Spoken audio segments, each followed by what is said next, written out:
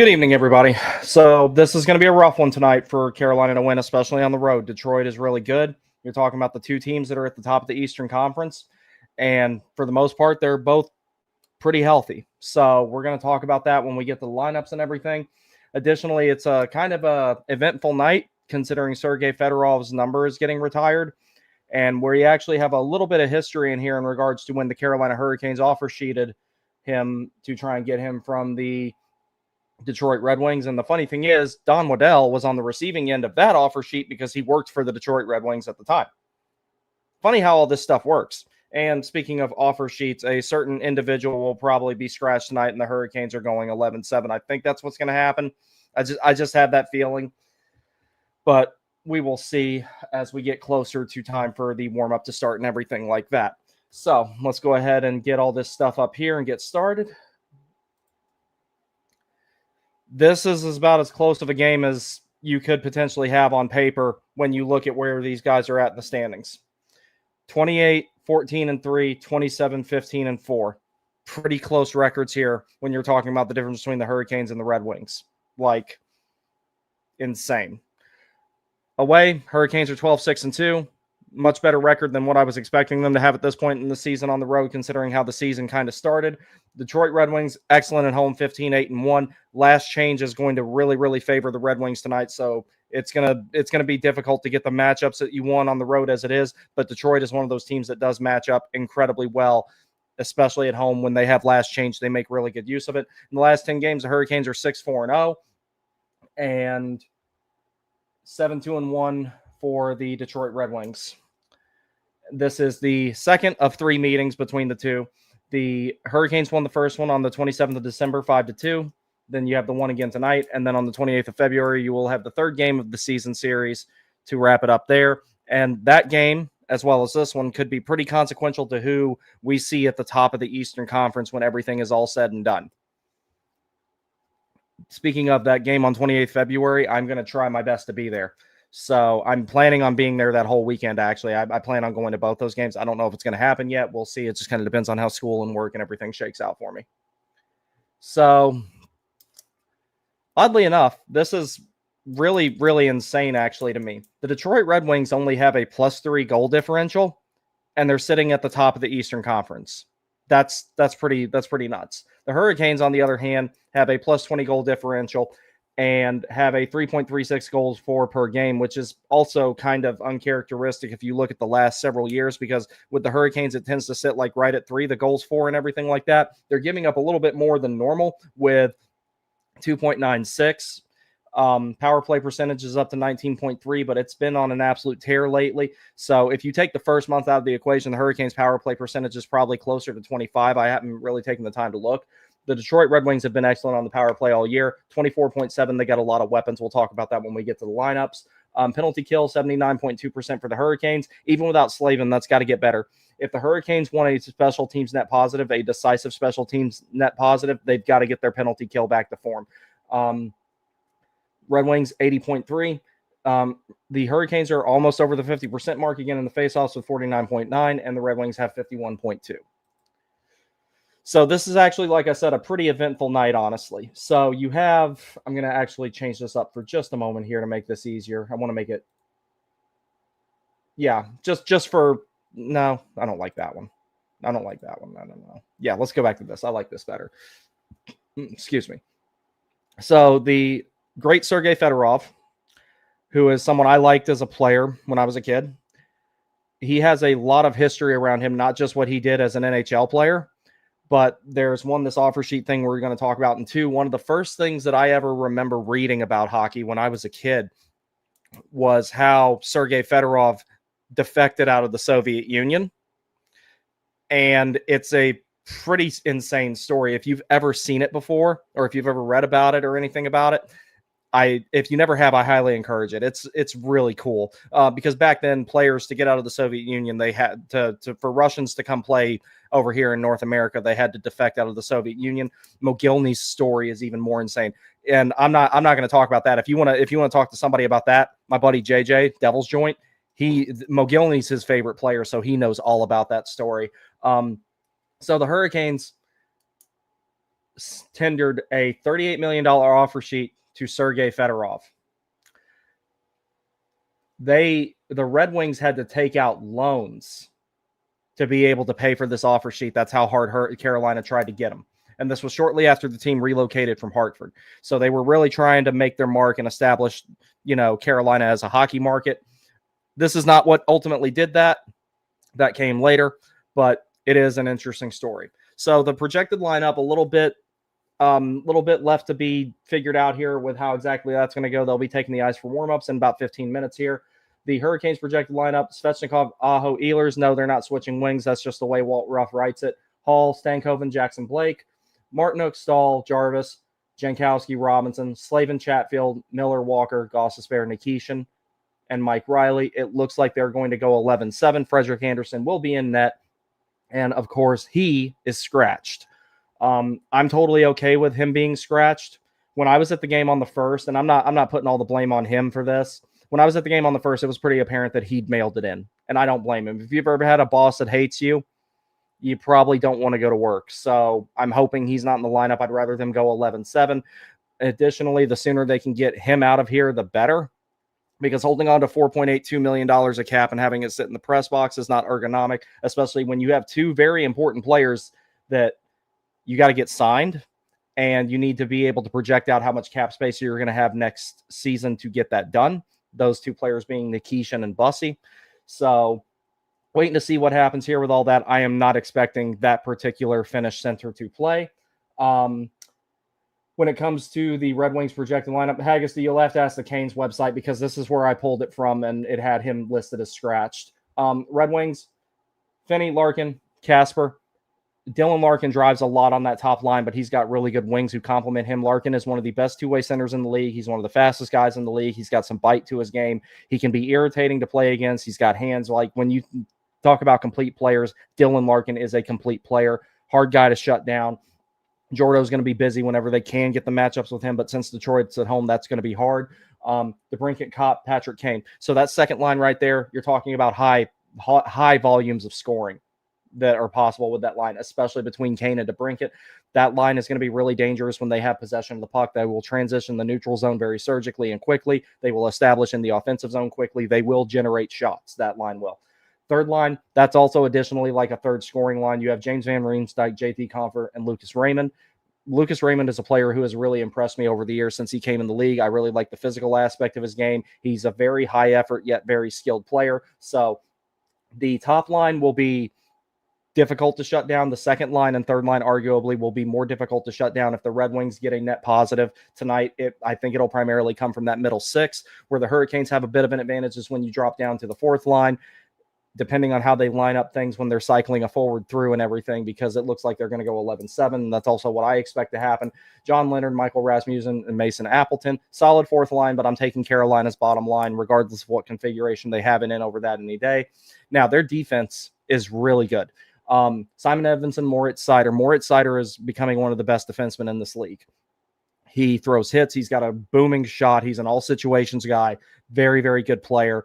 Ben Sherratt, Axel Sandin Pellikka, very solid second pair, but I think Carolina has an advantage in the second pair department. Albert Johansson and Jacob Bernard Docker for the third. Again, that's where I think Carolina has an advantage, but the top pair, it's about even with Slavin back in the lineup. John Gibson will be getting the start for them, and they have Soderblom and Hamonic scratched for the Red Wings. No injuries to report there.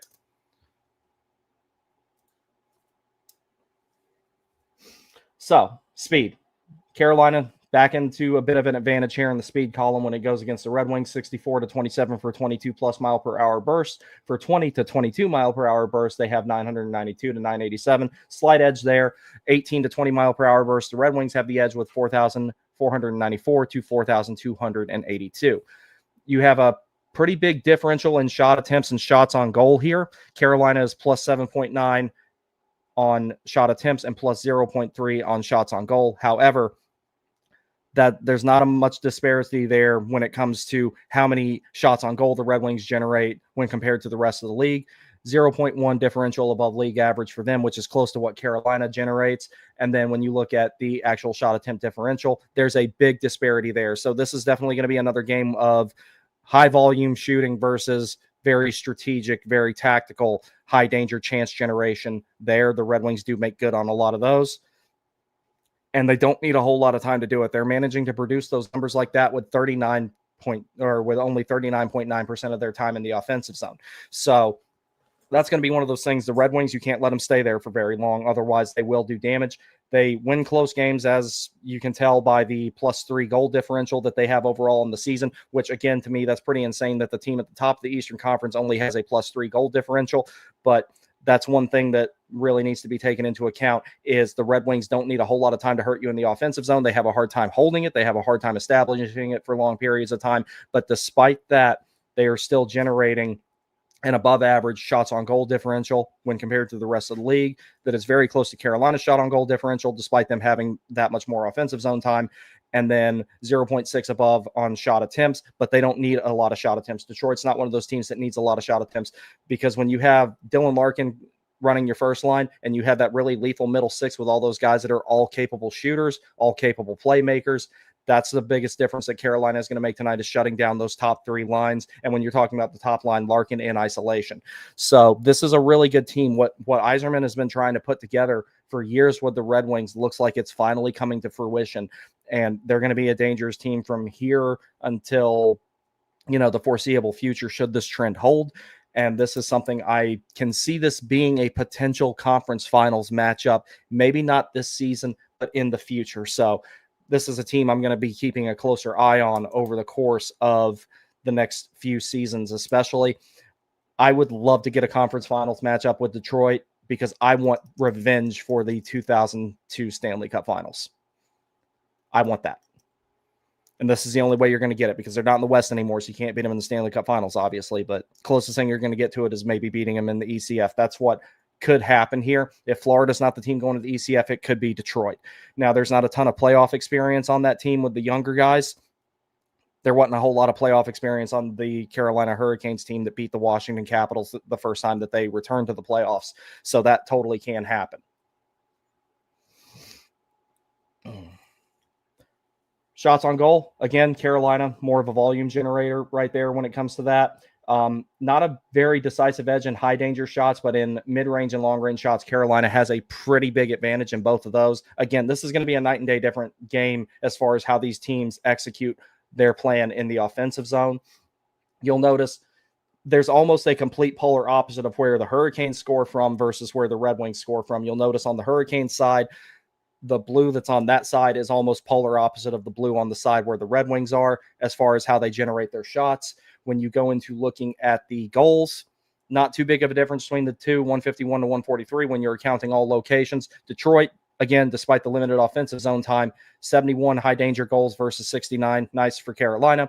And then 56 to 42 and 14 to 12. So mid-range shots on paper would favor Carolina tonight, but they're going to need to take a lot of them, especially against John Gibson. Now, if you're generating chances like the one that Gostisbehere scored on in the last game, the last time these two played, then Carolina has a much better chance to win if they can generate chances like that, maintain possession, and get on the forechecking game and everything like that. Detroit in their own zone. They're not the best at exiting their zone, but once they exit their zone, they become a much different team, especially when you have any combination of those top three lines out there. All right, goaltending matchup. Frederik Andersen has been bouncing back lately, but he still has a long way to go to get his numbers back to where I think that all of us would be comfortable with them. 18 games played, he has won 6, lost 10, and had 2 overtime losses, a 3.35 goals against average, and a save percentage of .866. What I'm hoping for by the end of the season, depending on how much he plays, that goals against average is below 3, and that save percentage is above 900, and he's back above a 500 win percentage. If we see those three things out of Frederik Andersen before the playoffs, I will feel a whole lot better about it. John Gibson will be getting the start for the Red Wings. In 27 games played, he's been really good. 16 wins, 9 losses, 1 overtime loss, goals against average is 2.75, and a save percentage of .902. So in the event that this is a low-scoring game, I'm not very confident that Carolina would win. It's not out of the realm of possibility, but Detroit is one of those teams that's good at winning close games, and they have a goalie that can make sure that it stays close enough. So if this turns into a goaltender's duel tonight, you're talking about 1 or 2 timely saves maybe being the difference of who wins and who loses.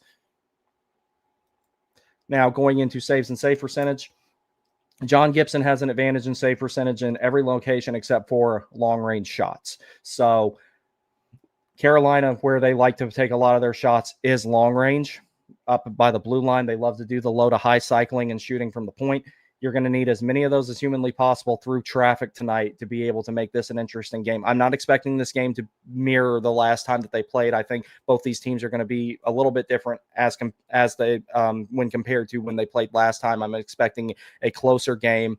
And one of the things that demonstrated how Carolina can win, Andrei Svechnikov having that really relentless forecheck on Dylan Larkin that ultimately created the opportunity for him to score I believe was the fourth goal in that game. Situations like that where you kind of have to, make your own luck, as Svechnikov did there. That aggressive forecheck kind of put a little bit of panic in Larkin and caused him to lose an edge, and he was able to take advantage of that situation. The more situations like that Carolina can make, one-on-one battles like that, more and more like high-pressure puck retrieval with number forechecking situations, the better off they will be. Then when we look at goals against, where they're giving them up and everything like that, Freddie has lower numbers in all these regards, but he's also played 9 less games, not taking that into too much account. John Gibson is a better goalie than Frederik Andersen at the moment. So, again, if this comes down to a goaltenders matchup, you're talking about 1 or 2 timely saves being the difference depending on the shot volumes on both ends. All right, then we don't need that. That's from the last show, and that is that. I will get to the comments, and we only have 4 minutes until they take the ice for warm-ups. If any of you in the comments see what the line rushes are, please let me know, and we'll talk about it. Will Parks, what's up, buddy? Let's go. Hoping for another dub tonight. Play 60 minutes of Canes hockey, and we should win. Yeah, you're going to need a 60-minute effort against a team as good as Detroit. This is going to be a really, really big test tonight, and I'm expecting Detroit to play much better than they did the last time they were in Raleigh. Pre-game thought, Ghost is going to have a spooky good game against his old club. He very well could. He did last time. Skylark, what's up, buddy? And thank you for providing me with the lines before the show. That saved me a little bit of time. This one is for him. Pull for him. Yeah, I pull for him to get out of here while he's got some sanity left. Dylan says this won't be an easy game. Wings have been really good. Hopefully Freddie continues his process of getting better and it's good enough tonight. I agree. You want to bet we go 11-7? Cavery says, yes, I'm expecting that to happen. Haggerty says we don't want him blamed for any loss. I hope he's not playing. Yeah, I don't want him to play. At this point, there's no point. He's mailed it in. He has. He knows that he's terminal here. Holding on to him is not good for the player or the organization. I just want it to be done. Grayson, what's up, bud? J-Dub, what's up? Seems like Larkin always gets one on us. Yeah, Larkin's just that good of a player, though. He could say I could be doing a pregame show for any team in the league, and you could say that, and it could be applicable. Like, Dylan Larkin is nasty. Will says, flubbed his breakaway last game against us and lost the puck to Fetch, pressuring him and gave us a goal. Yep, that just like what I was talking about. Situations like that, make those types of situations, and you have a better chance to win against Detroit. I'll be at the 28th game on February 28th. Yeah, I'll try to be there too. Power play looked best with Nikishin backing it, actually. Yeah, I think he'll graduate to power play 1 at some point in the future. I don't think it'll be this season. I think maybe next season we'll start looking at that. But we'll see. Yeah, I don't think he's going to play. I think you'll see Skylar Brindamore out there before him, which I made my thoughts on that whole thing with what went on with that at the end of last season abundantly clear. Cavery says he shouldn't have to play. Hopefully him sitting out will make the front office hurry up and send him on his way. Yeah, I just want that whole situation over with. Hockey Roasts, what's up, buddy? Ghost with 3 points. That would be cool. That would really compel or propel Carolina towards probably winning this game. Ethan says, any thoughts on Ottawa for a trade? I'm not talking about the whole Olmark saga, but more their performance. They seem to be coming to grips with an underwhelming season. Pinto or Cousins? Ooh, that's a tough choice between those two. If I had to pick between those two, I like Shane Pinto a little bit more. I think his ceiling is ultimately a little bit higher. Shane Pinto was someone I was hoping the Hurricanes maybe could get their hands on before, back when he was still in RFA status. I would prefer Pinto of those two. I don't know if Ottawa's mailing it in yet. It seems like a lot of teams are just refusing to do it right now because of how tightly packed the standings are. So that's why there's just no movement on the market. Ottawa, if they lose a few more games, I think that maybe we'll start seeing that. But at the same time, though, it's like even teams that are at the bottom of the barrel, Winnipeg, New Jersey, Columbus, I mean, minus the whole Dougie Hamilton thing when it comes to New Jersey, they're not really there's just not really much going on there. It's like they just don't want to move anybody despite the circumstances. But I think a lot of that has to do with the way that the standings are and everything like that. TTC, what's up? If we do go 11-7, you see that as a big disadvantage? Yes, as Will Park says. Yeah, I see that as a disadvantage. Yeah. The biggest reason why that's a disadvantage, and I explained this to some idiot on X who said that, like, I'd only been watching hockey for 2 years and thinks that the Hurricanes would be a lottery team without Brendan Moore. I saw him at the last game I was at. He's like 5'7". He probably shouldn't talk shit to me. That aside, I've spent more time physically upright on skates than he has watching hockey. I can guarantee you that. But the whole thing about it is 11-7 is incredibly difficult on the forwards and the defense both, because you're not going out with the same guys on your line every single shift. It's hard to get acclimated, stay acclimated for everybody. It's hard on the defense because you have different partners potentially every 3 shifts or so, something like that. There's a bunch of different avenues that you could go down there, and none of them are particularly favorable. So I just don't see them putting him back in the lineup right now, especially if they're actively trying to trade him. They don't want to risk him getting injured and not being able to be traded. All those things are a factor as to why I don't think that he is going to play tonight. Let's see. Corporate account says, I said we trade KK for Revo from SJ for a big body in the postseason run and look for another 2C. I'm not opposed to getting a player like him. If I were to get someone like that, Will already beat me to it. Matthew Olivier he's probably the best fighter in the league now, and he's actually a decent hockey player. Like, Reeves is just more so, he's just kind of a placeholder. Like, he's like literally like Goon 2 Last of the Enforcers type of guy. So Matthew Olivier, on the other hand, you can actually like send him out there in certain situations to go out there and, forecheck and throw hits and go to the net and all that type of stuff. Like, as far as a player being fundamentally sound and that would fit the Hurricanes a little bit better, I think Matthew Olivier would fit that bill. As far as the second line center thing goes, I still think that that's a huge gap. It's the worst one on the team right now, and it still needs to be filled. I personally, even though it looks like Rod and maybe the front office are, I am not sold on Stankoven being a center. I would prefer, if he's going to play center, that he does it in a different lineup. Like if you have 4 centers and 2 of them are on the depth chart above Stankoven, one being Aho, another one being, say, anyone between Boone Jenner and Robert Thomas, whatever, anything like that, something like that, I would rather have that type of situation and let Stankoven play between Hall and Robinson, or between Blake and Hall, like he has been lately, and then just build another line for Jarvis. There's a bunch of different things that you could do there if and when those transactions are made. So it's just, I think that would be the best thing to do at this point. So that way you're just not worried about it. If Olivier is available at a good price, I'd be ecstatic. Yeah, I would too. I would rather bring in Olivier than Reeves. Reeves can fight. He can throw hits. He's got a good element of psychological warfare. But like, when you're talking about who is the better hockey player, that's Matthew Olivier. I like Reeves, but as far as like who I think would fill more needs for the team, if you were to be able to get your hands on him, I think Matthew Olivier would be a better option. So Ethan Reed says, hear me out, Nadeau, Thomas Jarvis, second line, nightmare fuel. Yeah, that's one of the things that, like, I know I've talked about maybe getting another second line left winger. That's why I've talked about maybe just get Sherwood as a rental. If you can get Sherwood as a rental, that gives Nadeau the rest of this season and summer to bulk up a little bit more, because he's still getting pushed off the puck a little bit too easy, which is one of my few complaints about Stankoven. If he can get that figured out at center, because the thing with Logan Stankoven playing center, there's a lot of people that like just immediately penciled him in there and said it was going to work. Me and my friend AB actually had a very, very, very extensive discussion about this. And one of the things that he was always talking about was, well, Stankoven was drafted as a center. He played center growing up. He played center in Kamloops and all this other stuff. And I'm like, okay, well, Jarvis also was drafted as a center. Natchez was drafted as a center. There are a lot of players in the league that are drafted as centers, and then they end up being wings because they can't play center at the NHL level, or at least they're not better at it than 4 other guys on their team. Now, with Stankoven, there's a lot of situations where if someone, especially someone bigger than him that has more reach and is, and Stankoven is a strong dude. Like, don't get me wrong. He might be 5'7", but he'd whip my ass. I can guarantee you that. He'd punch me one time and I'd be out.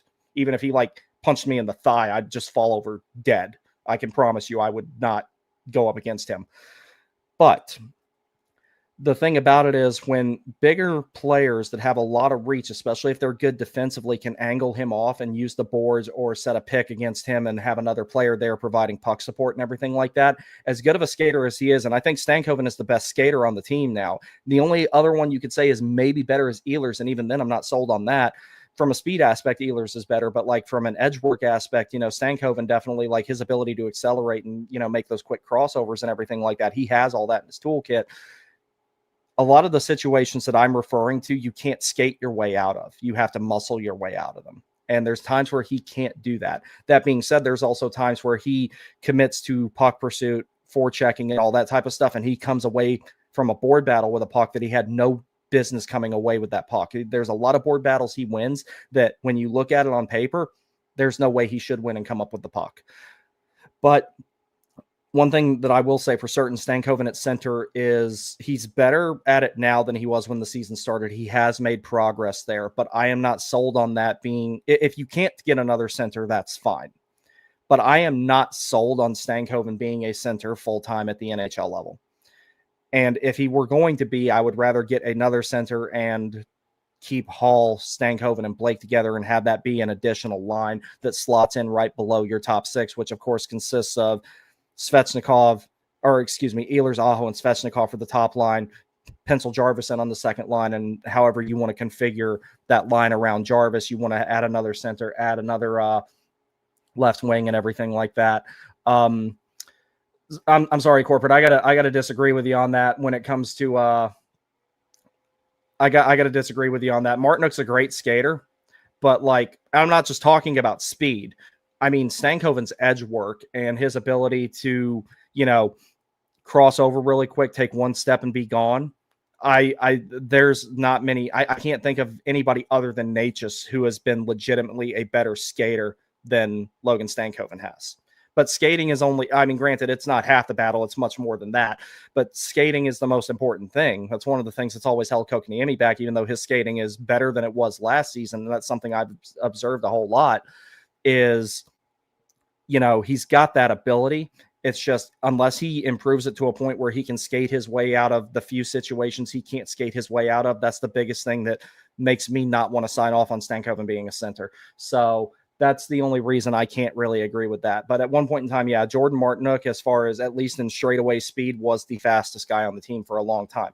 Now, one thing I want to clarify some stuff I've been talking about with Martinook, even though I was talking about that more in group chats and stuff, and I haven't really said anything about it publicly. It may be age-related, it may be matchup-related, it may be injury-related. I don't feel like Jordan Martinook has been as noticeable as he normally is. Martinook was one of those guys that had Martinook is one of those guys that had a presence about him. Even when he wasn't scoring, you knew he was out there because he was going into corners really hard, throwing hits, coming up with loose pucks and centering passes and, generating chances that way, bringing the intangibles to the table. I don't feel like I'm seeing as much of that this year. That's just my personal opinion and observation on it. Maybe he's playing better than what I'm giving him credit for. I just don't feel like Jordan Martinook is as noticeable as normal. And I'm a big Martinook guy, but maybe he's just playing through something. Who knows? It's a distinct possibility that's what's going on. I'm interested to see how this team looks after the Olympic break. And I'm not just talking about the potential for trades after the Olympic break or before the roster freeze happens, before the Olympics start and everything like that, but just what that 2 weeks of rest will do to the majority of the roster that does get to rest when compared to the rest of the league, who also has the majority of their rosters that are going to get that 2 weeks to rest, recuperate, and all that stuff. Slump, this is a good point right here. E-Rob has some underrated skating. Yeah. Eric Robinson's skating is excellent. When it comes to this team, everybody on the team is good at skating except for him. And you know who him is. That being said, he still skates better than 99.99% of the people that have ever walked the earth, or he would not be in the NHL in 2026. So that's just the reality of that situation. It's just, it kind of stands out on a team full of guys who are good skaters. So, And, it's like we've entered an era where to play almost any position, especially if you're a defenseman, you have to be able to skate. The days of having just those big, rangy bruiser, stay-at-home defensemen that didn't skate that well, but they would, angle you off and throw a big hit on you, those days are kind of over. You have some players that kind of fit that bill, but when you're talking about the modern shutdown defenseman, Mikey Anderson's a good skater. Jacob Slavin, obviously, a great skater. Esa Lindell's a good skater. Gustav Forsling is a good skater. And any of the offensive defensemen in the league, except for maybe Adam Fox, are all really, really, really good skaters. If you want to talk about forwards, Matthew Tkachuk is not a great skater, but he's still an elite player in so many other ways. But yeah, Eric Robinson's skating is excellent. OMG, Robinson skating makes me not miss Quickie so much. Yeah. Jesper Fast was a good skater, but when compared to Eric Robinson, not nearly as good. Like, on Daily Faceoff, why does it say our fourth line is KK, Janky, Rob? I don't know. It's like, that's the weird thing with Daily Faceoff. Those things update in near real time, but a lot of times they're still wrong. And I'm not a big Daily Faceoff guy anyway. I don't really like Frank Saravelli, and I don't like that other weirdo, the Arizona one that works there, like Gold, I think his name is, or something like that, Mike Gold or something like that. I can't stand him. So it might be right, it might not. There's been plenty of times I've seen them post that, and it's not right.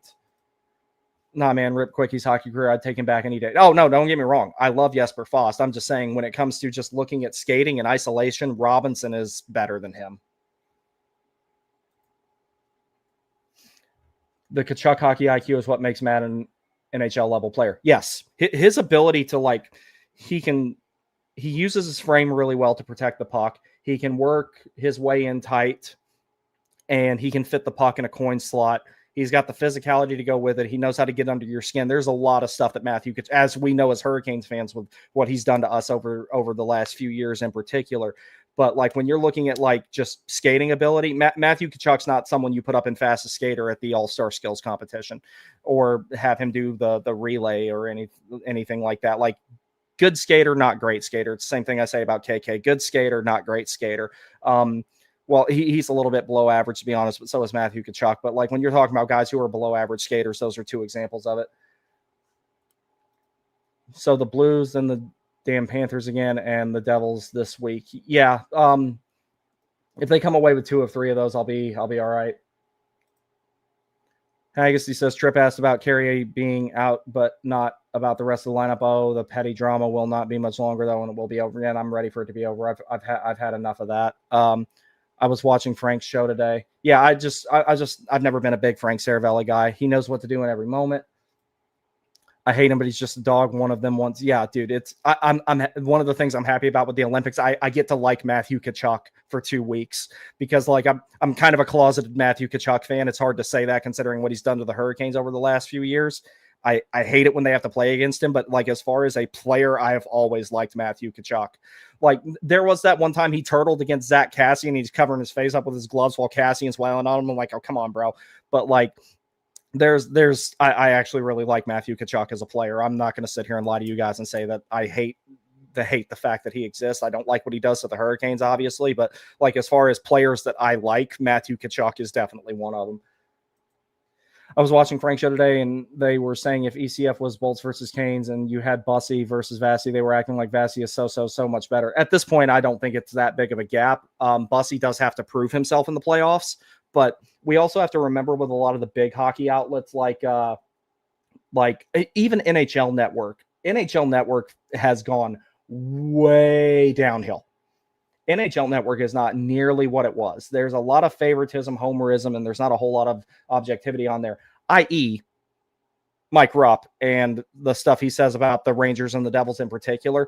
And there's all these people, and Rupp's one of them, that sit there and they bang the drum for Jack Hughes all day. And Jack Hughes' inability to stay healthy aside, I just don't think he's as great of a player as people say he is. And that has nothing to do with the fact that he has a psychopathic following. It has nothing to do with the fact that he plays for the Devils. I legitimately just don't think he's that good. If I were Bill Guerin, Jack Hughes wouldn't be on Team USA. I'll just be straight up honest. He wouldn't be there. I grew up a Blues fan. Big Walt's one of my favorite 90s hockey heroes. I can't help but love those boys, even when they play our Canes. Yeah. It's just, and you know, when you see how they're just team first guys, it's all the more, nothing but respect for them in that regard. Like you know, it's like I hate them, but I respect them. I respect them a lot. Like I hate them as opponents, but I respect both those guys, especially Matthew. I like Chucky too, and that he would have been willing to play in Raleigh. Yeah, if Waddell had pulled that trade and sent Natchez off, who knows? And then Natchez ended up playing on the third line anyway, so and a lot of good that did. But the Olympics will be fun, and the rink shenanigans will only add to it. Yeah, and I saw I saw the picture of the practice rink. There was a rink I used to play at in Maryland called Cabin John. It looked, they had a studio practice rink in Cabin John, and that's what that looks like. That's what that looks like. TTC says, I agree. I love Matthew Tkachuk as a hockey player. If he played for us, he'd probably be my favorite player ever. Dude, I would have had that sweater in a heartbeat. Like the moment that he landed in Raleigh, I would have already had that ordered. Like he's just, I hate him as an opponent, but like as a player, absolutely love everything he brings to the table. Quinn is definitely by far the best of the brothers. Yeah, Quinn's the best of the Hughes sisters by far. Like it's 40 feet of air from him and Jack, and about 100 feet of air to him and Luke. I think the Devils were expecting Luke to turn into Quinn Light, and he's never going to be close to it. Luke Hughes will be no better of a player than Shane Gostisbehere is ever. And I've said that I said that way before he signed that contract. And to all my Devils mutuals, I warned you. I warned you. I'm sorry that I didn't text Fitz and be like, you made a mistake, but I warned you. I warned you about him. Luke's contract is terrible, going to sink the Devils. Yeah, like whenever people want to bitch about KK's contract, trust me, there are worse ones out there, and that's one of the principal examples of it. Did you see my prior message about Cooch? Let me scroll back up. Like messages are coming in pretty quick.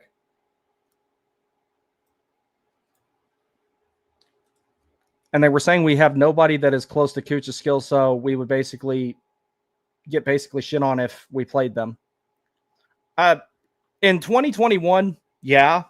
Now, I'm not so sure. I mean, Kucherov would definitely be someone you'd have to...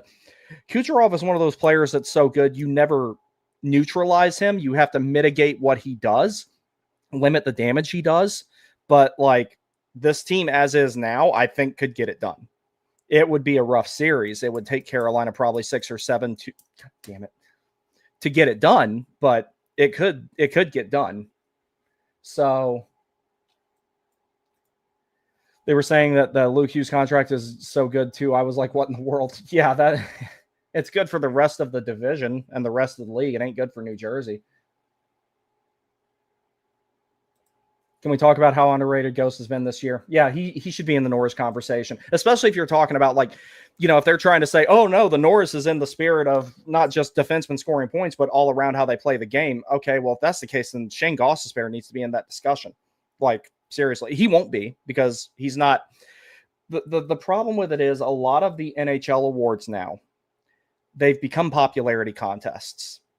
And that's just kind of a symptom of the time we live in, unfortunately, where...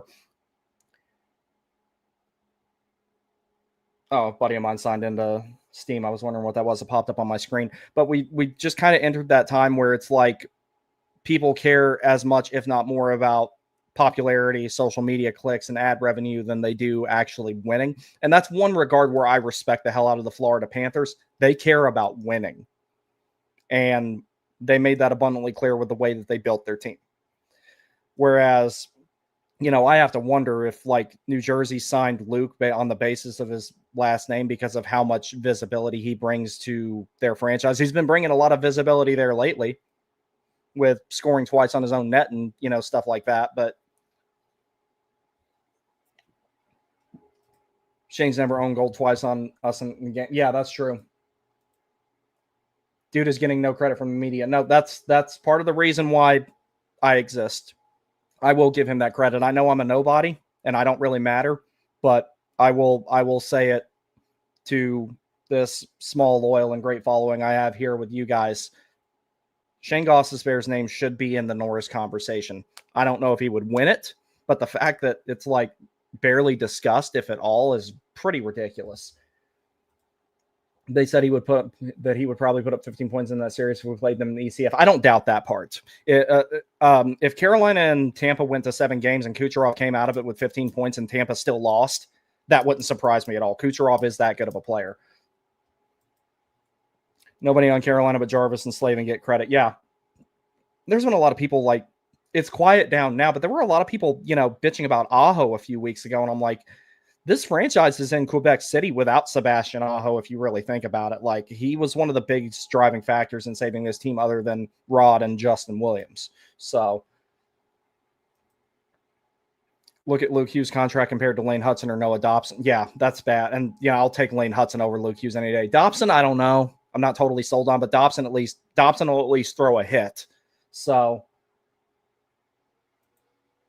Canes have publicly stated they only care about making the playoffs. So they need to change that mentality or they're not going to hold on to their fans forever. Like, idiots like me will still continue to watch, even if that is the agenda. But like, as far as holding on to the fans that you have brought in over the last several years. But I mean, I have thought about that, and I think I've mentioned it on here. If not, I've talked to other people about it. That, let's see, it's 6:51. So I got a few more minutes here. I am a little bit worried that maybe it's a pyramid scheme and they just care about getting 2 rounds. Oh, well, I did the Grok question. That's what it was, that they only really care about like getting 2 rounds in the playoffs and filling the building up for an extra 8 games. And that's all they care about. And they would rather do that than mortgage any of the future whatsoever to win a cup. I don't think that's entirely true.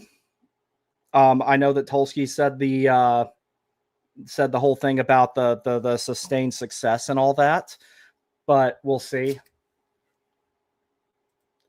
We need to find a way to get you into a TSN studio and make sure the world knows how good Slavin and Ghost are. That'll never happen, buddy. Even if the Hurricanes organization offered me something, I would probably say no.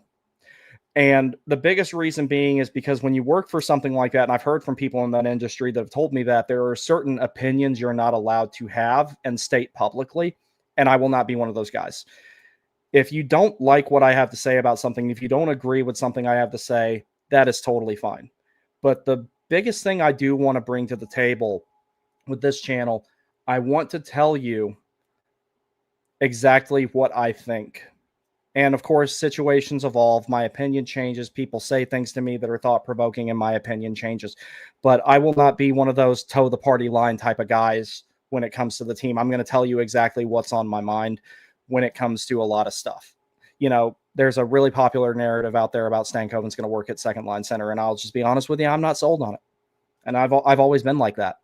I'd rather be able to say what I want to say and be able to give and get genuine feedback than earn a paycheck to basically be a mouthpiece. I'm not going to go that route, even if I could. Not just the NHL, everything is based off popularity. Yeah, it's getting bad. I don't like a lot of things about the world we live in today. It's society has become much less merit-based, and there was some weirdo, how's a nice way to... I'm trying to think of a nice way to say this. So this guy, he's how do I put this? He's a cuck who wrote something over on THN about people celebrating about that big fight with the Pee Wee kids at that game during the intermission in Hershey.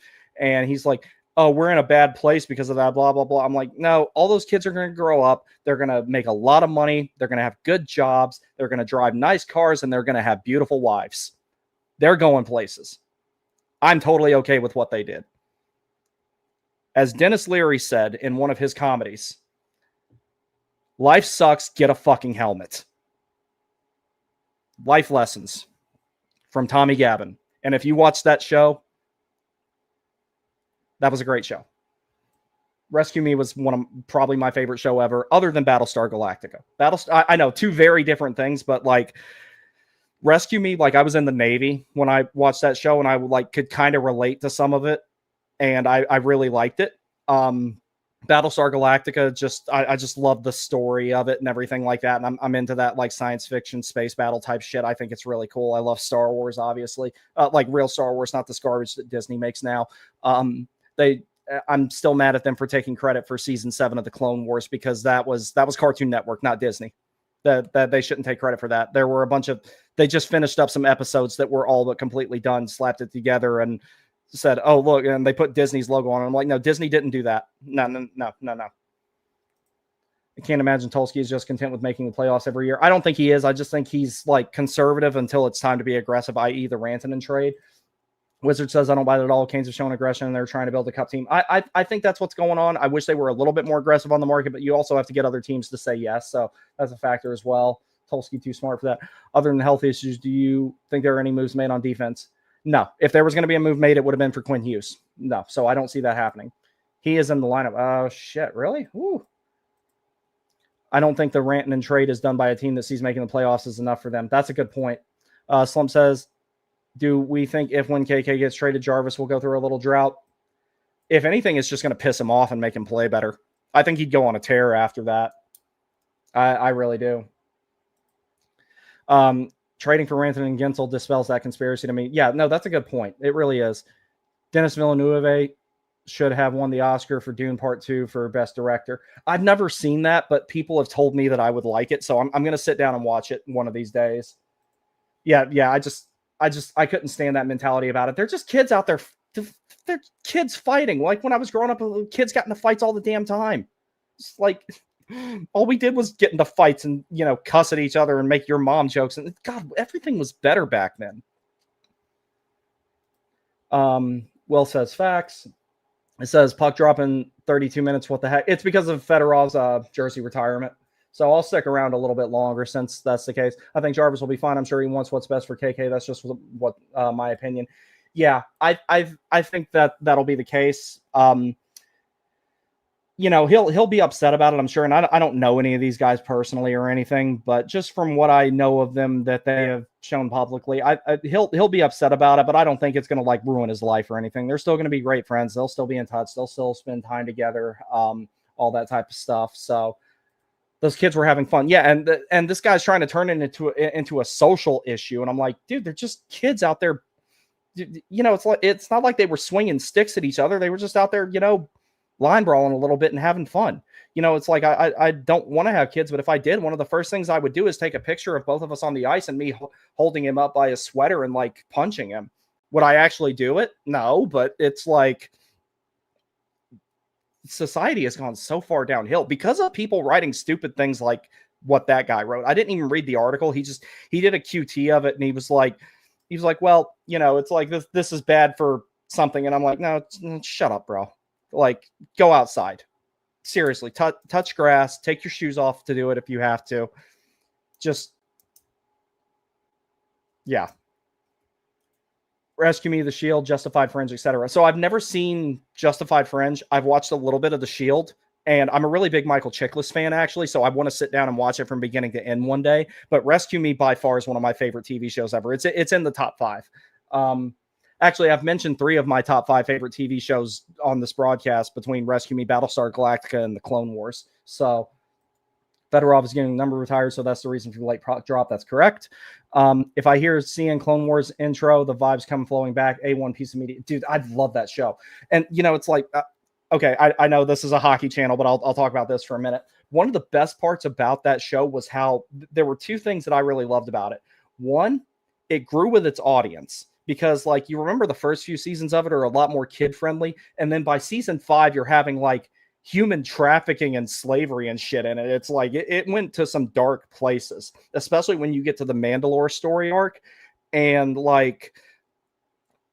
Ahsoka was one of the most unbearable characters ever, but it served a purpose because, she became a great character later on. So you saw that actual character arc and character growth. And people don't write stuff like that anymore. It's just oh, here's Rey Skywalker. She's good at everything right off the hop. She just walked in and she's like, yeah, bitch, I'm a Jedi master. And I'm like, yeah, you have to earn that. If she'd walked in there and if Palpatine had appointed her to go on the Jedi Council, they'd been like, yep, there you go. There's your seat. You're on this council and we grant you the rank of master. And that would make me feel worse for Anakin. And I'm just like, you know what?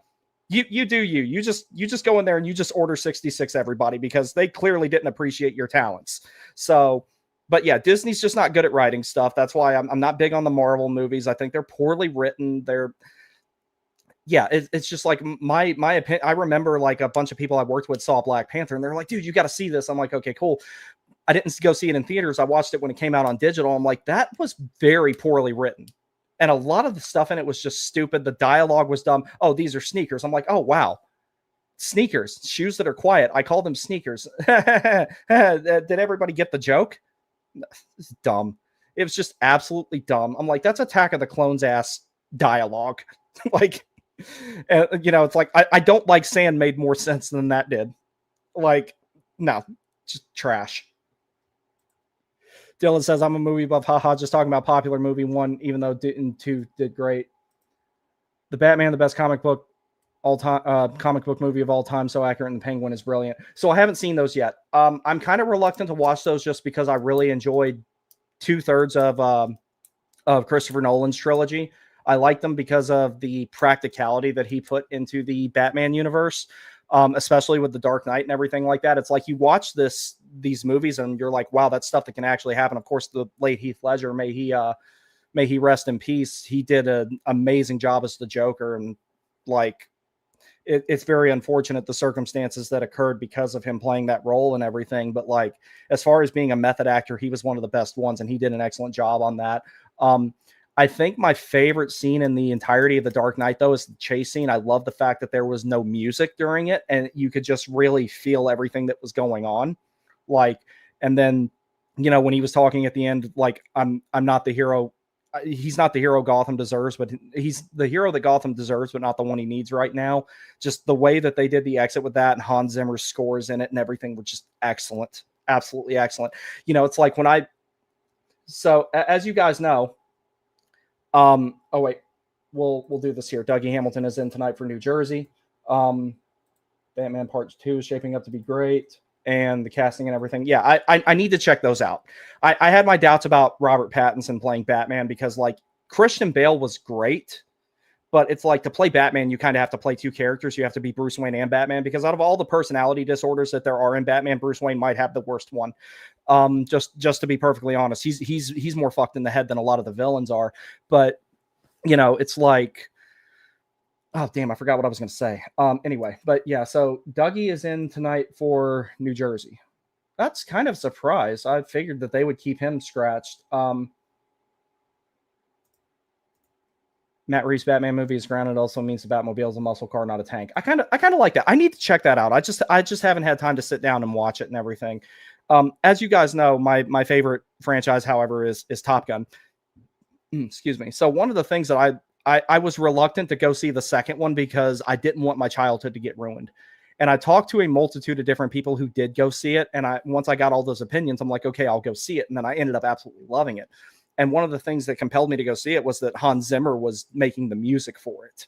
And that part at the end where he's fighting the Su-57 and the F-14, and Hans Zimmer did that score of Danger Zone with his style of orchestrative music. I was like, bro, this is insane. Like the part where, Maverick rolls hard right and breaks right, and then, guns the first Su-57.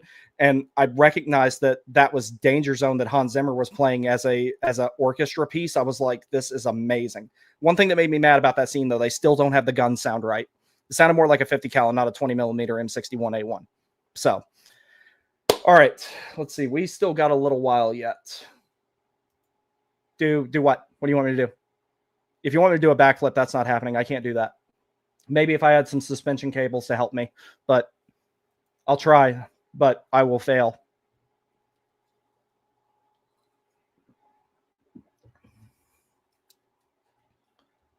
All right, so he's playing. Do you F with Band of Brothers and the Pacific? Yes. Band of Brothers is one of my favorite TV shows of all time. The Pacific, I think, is very underrated. I know it lost money, but I thought that it was a really good show. One of the things I like the most about those shows, and this is actually going to lead me to talking about Masters of the Air, which I was very disappointed in. I'd been excited for that show for years, and I actually ended up not liking it. One of the things I like about Band of Brothers and the Pacific is that it humanized the Axis guys, because, they were human beings too. I mean, were they fighting on the wrong side? Yeah, but like, nobody asked for the circumstances they're born into. one of my favorite parts in Band of Brothers, there's someone, I don't remember who it was. He's working a checkpoint with a German guy after VE Day. And they're just like talking about like, the war and life and everything like that. And, the German guy's telling him about how much he enjoyed, being in France. And, they're just like, yeah, we just want this all be over with and go home and everything like that. I really like that element of it, that it was like, these are human beings that are having to do horrible things to other human beings, and none of them liked it. I really, really, really liked that element of it. It was the same thing in the Pacific. There was that one Japanese guy who just kind of gave up and he threw his helmet off and he's pacing back and forth in the water and they're like messing with him. And then I think it was Lecky comes in there and just shoots him and ends it and everything like that, and kind of gives a look to the other guys like, hey, what are you doing? Because I had two great uncles in the glider corps in World War II that fought in Europe, and there was one that was in the fought in the Pacific, and he was on Guam, Iwo Jima, Okinawa, a bunch of other places. And so like the Pacific, I like the fact that it like showed that side, because that side of the war is not talked about nearly as much as Europe is, it seems like.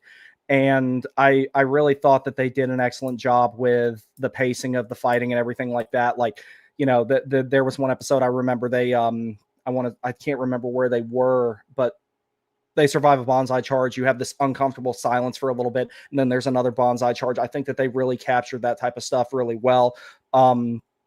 Trying to remember his name. They had his story in there. John Bassilone's story. I think the way that they showed that was pretty cool. He was actually killed by a mortar. He wasn't shot. But that was the one discrepancy there. But I like how they had his story in there and everything like that. Oh, wait, I have to talk about this. Batman I grew up with was Batman the Animated Series versus Dark and Rainy Nights with the detective work noir. I love that show. Justice League, and Batman Beyond. I loved all those shows. I thought that they were great, and nothing has ever come close. I don't know if I can ever watch another animated, like a new animated Batman show with Bruce Greenwood voicing Batman. It's just, to me, Batman is always going to be Kevin Conroy. May he rest in peace. I don't think I could listen to anybody else do it. Kevin Conroy was just perfect for that. Absolutely perfect. What did you do in the Navy? Former EMN here. I was the CTR. I was a CTR for the entirety of the time I was in. I tried to do other stuff because I didn't really like being a CTR, but I made it work. And I only signed off on CTR because the color vision deficiency, that was the best job that was available to me. That was the only good rate that I had. And they also lied to me saying that I could still go to Naval Aircrew School and do that. I would have been on an EP3, but of course that didn't happen. If I could have done that for the rest of I would have stayed in. If I could have done something like that, if I could just sit on EP3s and do that job all day. But for some odd reason, they wanted me to have normal color vision to be a Naval Aircrew guy, even though I would have been sitting about this far away from the screen I'm sitting in front of now, doing the exact same job I did on the ship. So I don't know. Big Navy gonna big Navy. El Matador, what's up, buddy? Is GMET going to cook on the him trade, or are we just taking what we can get? I think he's trying to cook, and then the contingency is to just take what you can get. That's what I think I'm gonna like. Ethan Reese said they avoided the cheesy Hollywood overfighting, but kept you hooked all the same. So good. Yeah, that's I love the authenticity of both those series. And I think what helped with making those, there were still a lot of World War II veterans alive at that point. There's not many left now, unfortunately. So they had a lot of people that they could actively consult when they were making those series.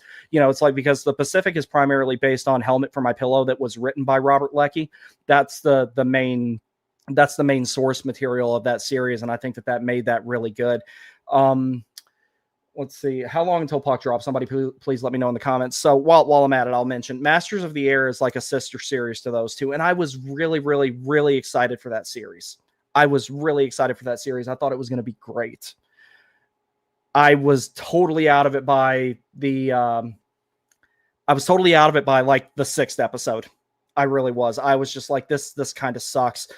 So Masters of the Air is primarily focused on Harry Crosby, one of the navigators in the Bloody 100th. It's primarily focused on his on his book. And there were a lot of things I really did like about that series. Like there were some things, I should say. In the first few episodes, for example, one of the B-17s accidentally makes a navigation mistake, and they get to a point over the English Channel, and they're like, wait, is that England or France? Because it doesn't take long to get across the English Channel, even in aircraft that weren't that fast back then.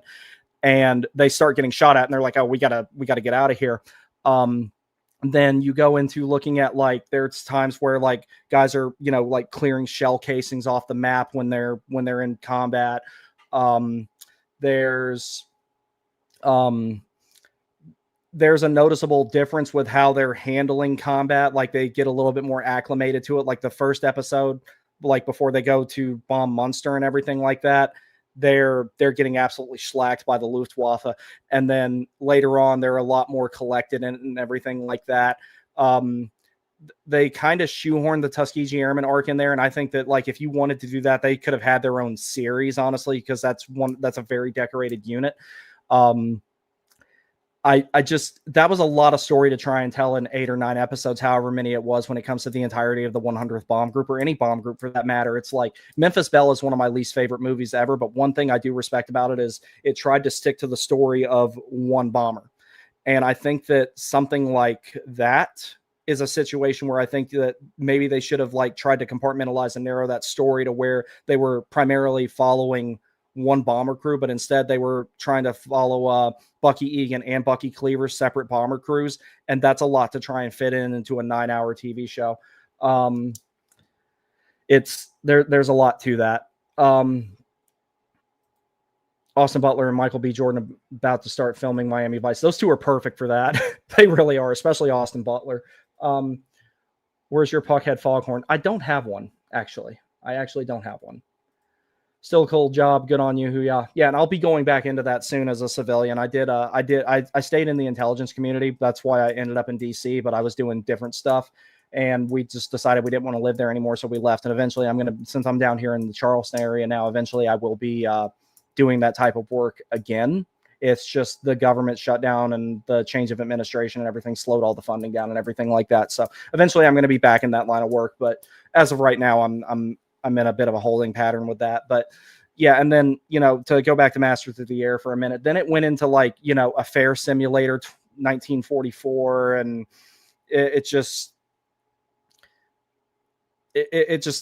the show just kind of went off the rails after the first 4 episodes. Like there's other stuff in there, like having guys shoot the Norden bomb site before bailing out, and, you know, salvoing the bombs before bailing out through the bomb bay doors, and how dangerous being the ball gunner was, because that was like a death trap of a job.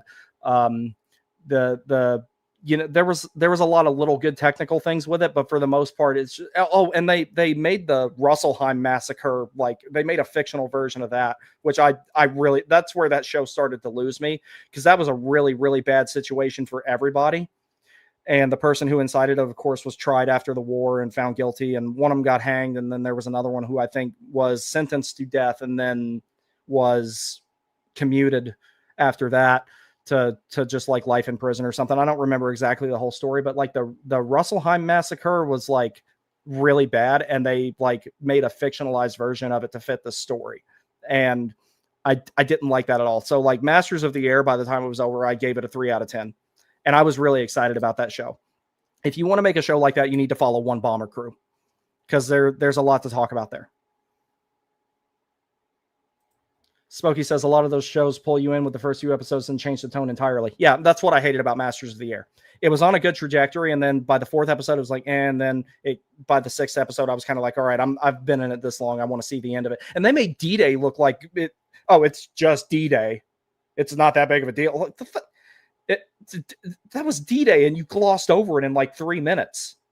Like that was like one of the most important operations that our military ever undertook, with the British and with the Canadians, and you're just like, oh, well, D-Day happened. It's like they made it a cutscene.